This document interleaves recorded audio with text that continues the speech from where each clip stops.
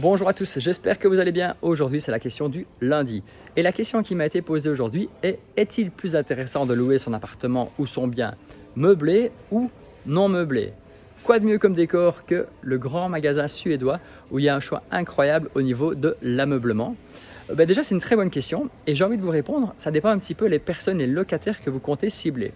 Si vous comptez cibler des étudiants, des jeunes travailleurs, un jeune couple, là effectivement ils vont plus s'orienter vers des logements qui sont meublés pour une question déjà financière parce qu'ils n'ont pas forcément envie ni le budget de vouloir investir dans un salon, dans une chambre à coucher parce que mine de rien ça représente vite beaucoup d'argent et quand on commence dans la vie ou qu'on fait ses études on n'a pas forcément les moyens, donc là ils vont vraiment rechercher plutôt quelque chose qui est déjà meublé.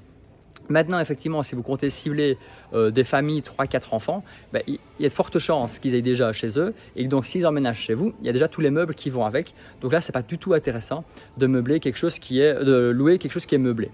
Maintenant, en tant que propriétaire, financièrement, effectivement, au début, ça va être beaucoup plus cher parce que devoir acheter une chambre à coucher, un salon et tout ça, ça représente vite beaucoup d'argent, entre 5 et 10 000 euros. Mais voilà, après, ça permet d'augmenter le loyer. Donc, vous pouvez exiger un loyer supérieur par rapport au marché parce que vous louez meublé. Et sur le long terme, donc sur 5 à 10 ans, si vous calculez le bénéfice que vous allez avoir en plus grâce à l'augmentation de loyer, je suis convaincu que ça peut rester très rentable de louer meublé. Un des gros avantages également pour le locataire, c'est qu'il arrive, il a ses bagages à déposer et il peut directement vivre dedans. Donc ça évite de devoir attendre quelques semaines, voire quelques mois avant que le locataire décide de prendre le bien parce qu'il doit faire ses calculs pour acheter un lit, pour acheter une table de salon, pour acheter des chaises. Voilà, donc ça va très vite. Il visite, ça lui plaît. Le lendemain, vous signez le bail, il emménage dedans, donc ça peut aller vraiment très très vite.